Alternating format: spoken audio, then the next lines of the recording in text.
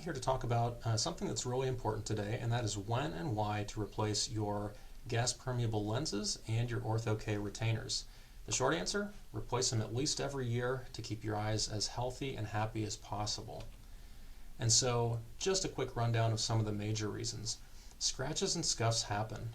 That is a guarantee after a year's time. There are no gas-permeable lenses or retainers that are not scratched after a year's time. You can't always see this with the naked eye, but under high magnification, it is there, no question. Now, biofilms live in these scratches and scuffs, and that's where the real issue becomes.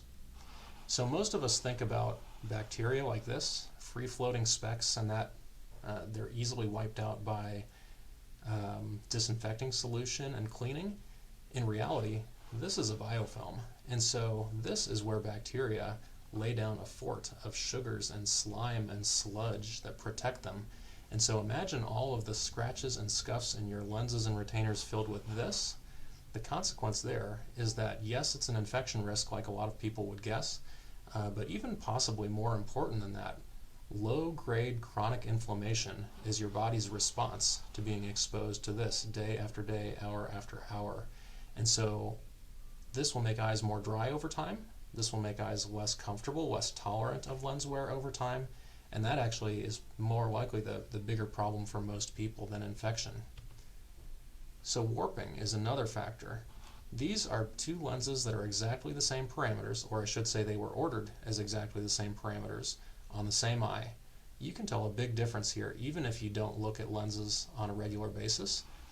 This is a warped lens on a warped cornea. This is after we rehabbed, which took, quite frankly, several visits and quite a bit of time, and so that was not a convenient process for this patient. They spent a lot of time with suboptimal vision. Eventually we got them there, and we did end up making more changes. But just to recap there, you can see a big difference right here, and some of those key issues are highlighted. So lastly, we've got a pair of cornea maps from an ortho-k patient. On the left side here, we've got the retainer at 6 months old. On the right, we have the retainer at 12 months old. On the surface, they don't look that different, right? Well, actually, when we do a comparison map, we see that that cornea actually changed shape over 3/4 of a diopter, which is a pretty big deal. Not only is this person not going to see as well with that 12-month-old retainer, assuming this is a myopia management patient, as oftentimes they are, we're not going to get as good of an effect because it's not creating the treatment that we really designed.